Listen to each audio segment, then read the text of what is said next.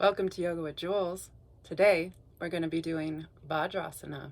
This is also known as Thunderbolt Pose, and this one is especially good for the knees and ankles. So if you have any issues going on in those areas, you should definitely do this pose, as it helps to prevent and correct most minor defects of the legs and feet.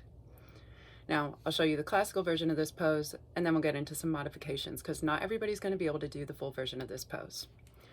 So the way you get into this is to come up on your knees, bring your knees together, feet together, heels together, and then sit back on your heels. Now, if your knees are very tight, this is just not going to work. You're not going to be able to get all the way down. So there's a couple options that you can do here. So first is to use a yoga strap around your knees. And this will help to hold the knees in place. So it's going to go around the back of your thighs near your knees. And I'm using a basic yoga strap here, but you can also use a belt as long as it fits snugly around your legs and nothing stretchy, because we want it to hold it in place. So you're going to get that nice and snug on there.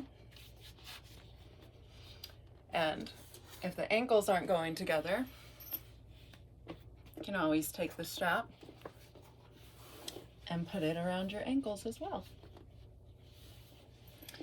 And what this is going to do is, well, it's going to make them burn real good. You know, the good kind of burn that you appreciate better later and not quite as much in the moment, but you do it because it's good for you.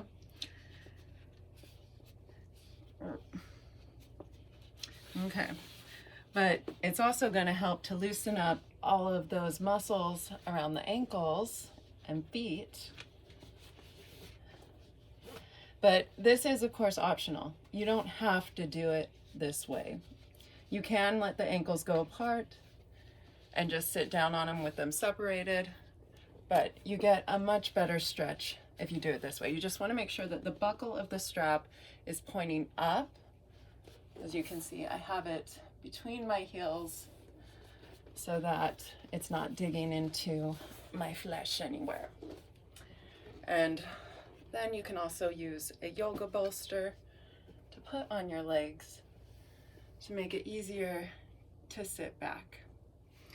Now, you don't have to use the bolster. Also, there's a lot of different levels that you can take this one to. If you can sit all the way down on your heels, it's still nice with the straps, because it just makes it to where it takes the strength aspect out of it, so you can just relax and focus on your alignment.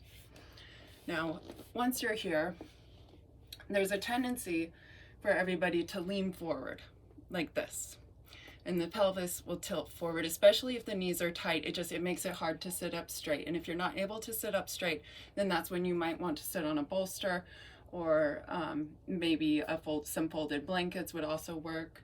But you'll need more height if you're not able to get fully upright, because we want to take the sits bones towards the heels.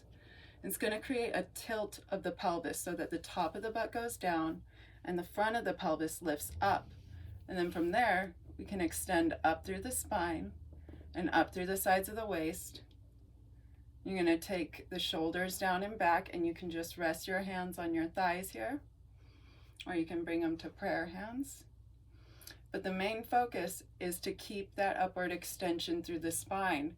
And then you can also pull the skin on the front of your knees up to help your shins lay a little more flat there. And then just be here as long as you feel comfortable with it. I would recommend at least 1 to 2 minutes, depending on how long you can stand it.